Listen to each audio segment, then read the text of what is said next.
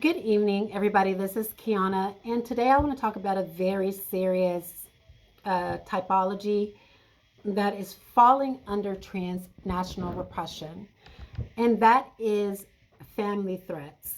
Excuse me. So, right now, I my voice is kind of hoarse because I actually have been in a confrontation with my family. And basically, what I've tried to do is I've tried to illuminate and educate my family on transnational repression. And my family has, um, unfortunately, been unable to understand the nuances and the specificity of this particular practice. Now, I 100% believe that authority figures from the United States have intimidated my family, namely my sister, uh, to, I guess, help them to try and repatriate me. And I'm going to tell you how to recognize when this is happening within your family. If you are an asylum seeker, or if you are a human rights defender, again, countries that engage in transnational repression will do so in a multitude of ways. So they engage in this practice and they have different modus operandi. And we know that some countries will choose to unalive the dissenting party immediately, and some countries won't choose to do that because what that will do is that will uh, invoke an inquiry into this human rights violation. So often, what authorities will do is that they will engage in proxy threats. And what this is essentially what the authority figures are doing back home is that they're threatening and intimidating your family members to speak to you and talk to you in a specific way that discredits you and that undermines your testimony and that discredits you as a person and undermines you as a person. So I'll give you some information of what I've gone through with my family. So my sister acknowledges that I haven't actually been the same since I left the US. And ever since I filed my claim in the Republic of Ireland, that I've been different. And she's correct about that because, of course, I'm going through transnational repression. So it is a very serious practice and it is very distressing for me, it's distressing for my family, and it can be very intimidating. And what happens under this practice of transnational repression is what the authority figures will do is that they will contact your family member and sow dissension between you and your loved ones. So that's what's happening right now between me and my sister. Is my sister um, I will admit that I haven't been the same and she hasn't been the same. I believe that they have something on my sister which is causing her to engage in this high pressured intimidation and persecution. So, for example, my sister has, during numerous conversations, have tried to coax me back into returning to the United States. Now, I've expressed to my sister several different times that I believe that what I'm experiencing and the persecution that I'm going through is transnational repression. And every time I bring that up, what my sister does is she brings up some talking points from, I believe, the US government, which is that I am not right in my mind, that I am out of my mind, that I am schizophrenic, that I am, and ladies and gentlemen, I have not once been diagnosed with schizophrenia. I don't have schizophrenia.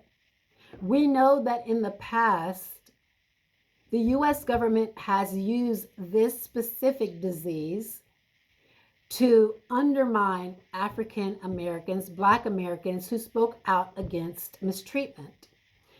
The US government has said that Martin Luther King, MLK, and many other Black civil rights leaders, they have said that they had schizophrenia to undermine them. Now think about what my sister has said. I haven't actually, she hasn't noticed that I have been different until I got to the Republic of Ireland.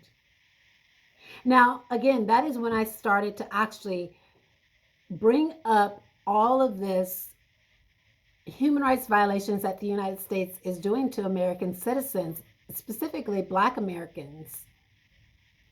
And while the United States has done that, I believe that the United States, well, I'm not going to say I believe, I know that the United States is working on specific people that are close to me to get them to try to undermine me. So basically, they know that for a person, that if you say that the person has schizophrenia or that they're delusional or that they're paranoid, the authority figures know that what this will do is that this will actually discredit the person as an epistemic subject and discredit their testimony. Now, me and my sister got into a very serious argument. Like, she said some things that were hurtful to me. I said some things that were hurtful to her. I am a person that rarely ever uses curse words, but in this conversation with my my sister, I actually used curse words because that's how angry I got. And you can see that this is what is tearing families apart, is when governments are coming in between your family because they're trying to get you to stop your activism. Now, instead of my sister actually, because again, my sister hasn't taken time to actually reflect on what's happening. She is getting fed a lot of information from authority figures in the United States. And of course, a lot of these authority figures are white. And when we are getting information from someone who is white, and that's not to cast aspersions, that's not to be negative, I'm just speaking truth to power, that when we are actually getting information from people that are white, we often think that all the time that they are telling us the truth. And so what has happened is that authority figures have gone to my sister and they have given her a narrative. They've given her a narrative that I am suffering from a mental illness, that I am suffering from schizophrenia, which I don't have. I don't have schizophrenia. I've never been diagnosed with schizophrenia. I don't show symptoms of schizophrenia. I don't meet the definition of a person who has schizophrenia. So what my sister has done is that she has allowed the authority figures in the USA to come to her and to give her this information. And basically, whenever I call, like, I'll call my sister and I'll just say, hello, Tanil, like, how's everything? What are you doing? What's going on? And then what she will do is that she will engage in this perfunctory method of asking questions. Excuse me, I'm sorry, I had to actually charge my phone. What she will do is she will engage in this perfunctory method of asking questions. And then when I don't, like,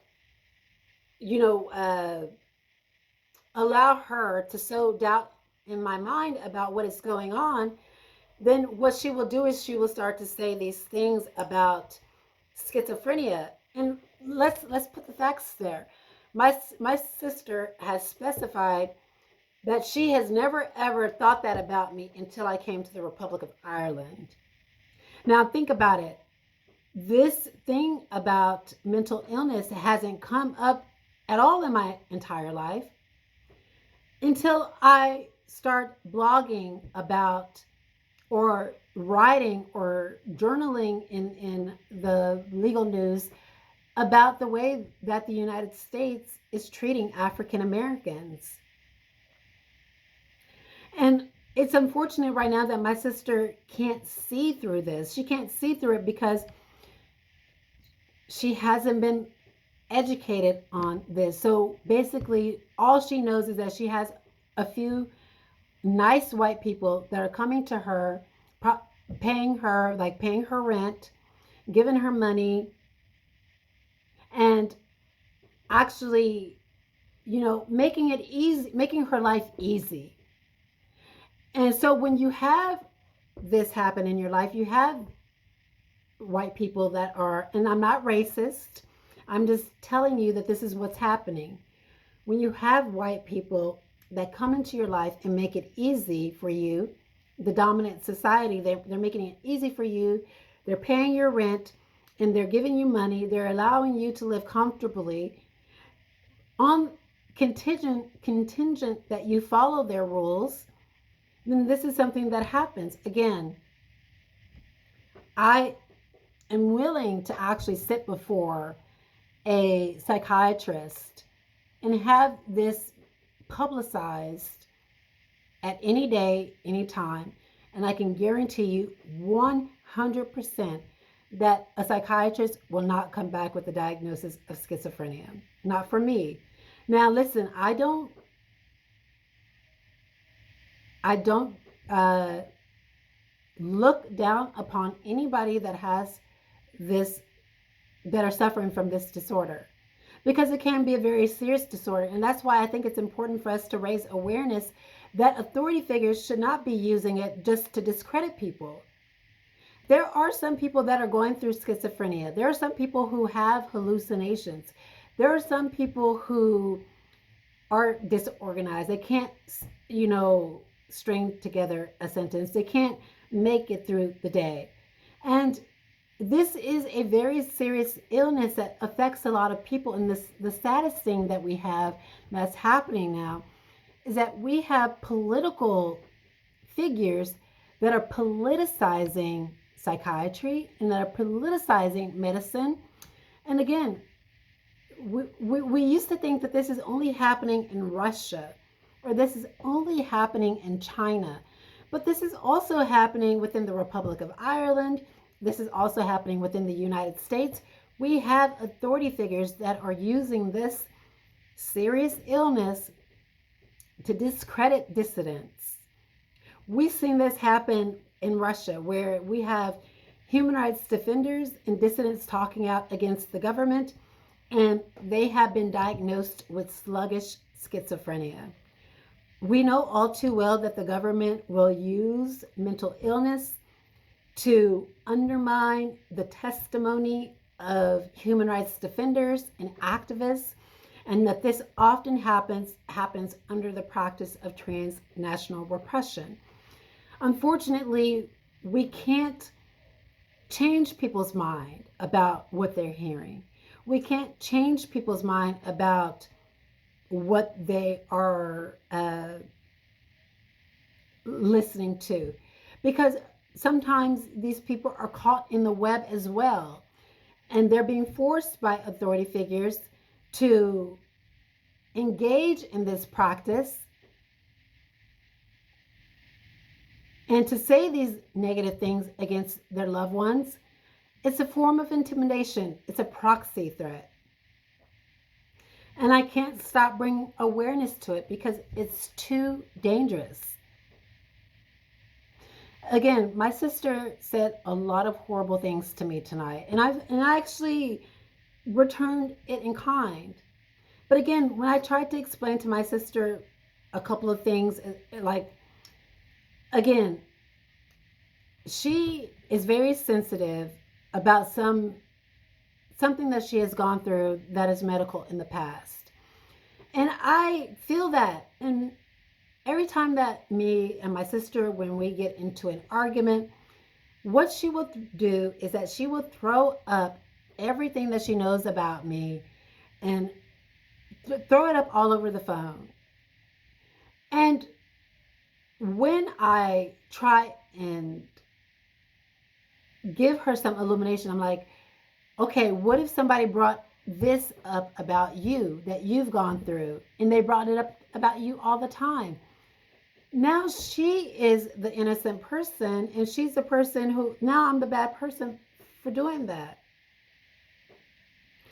And she doesn't understand, like, right now, my sister believes that the authority figures that have come to her and that have given her this information are working in her best interest and working in the best interest of the family. Like, my sister has said some untruthful things about me that has never happened. Like, for instance, my sister said that one time while her children were hungry, that I didn't buy her and her children 25-cent hot dogs. Now think about it. 25-cent times 3 is 75 cents. My sister has acknowledged that whenever she needed help, that I actually paid her rent sometimes. I've given her money for her her storage unit. I've given her money for her insurance. I paid her gas bill, and I've also paid for her on numerous occasions when she didn't have money. I paid for her to have gas in her car.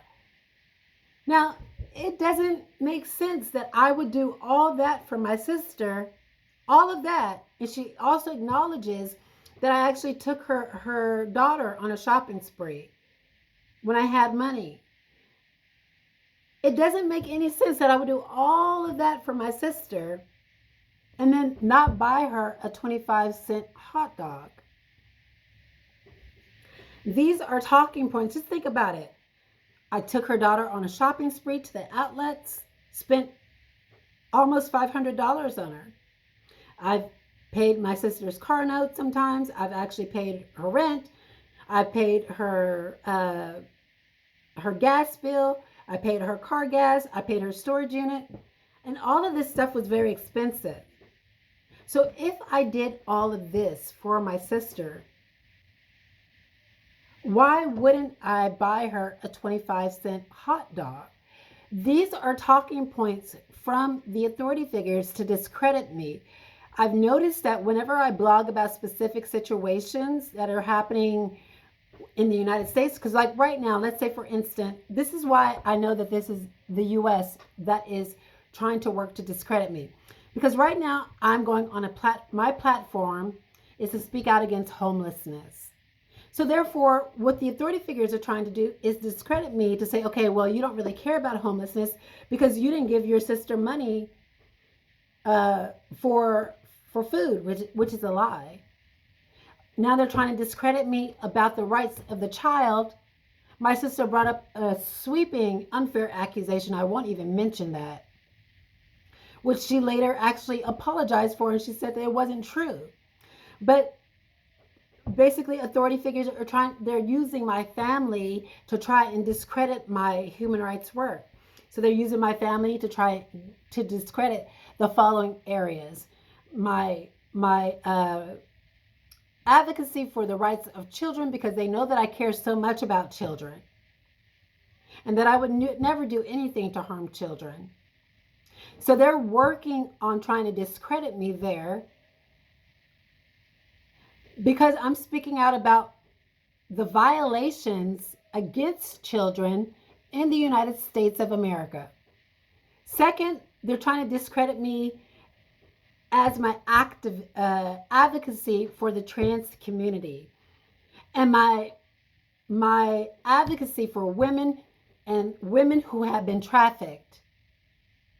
And they're trying to get my sister to issue talking points against me on things I've never done to try and discredit my advocacy for women and my advocacy for women who have been trafficked.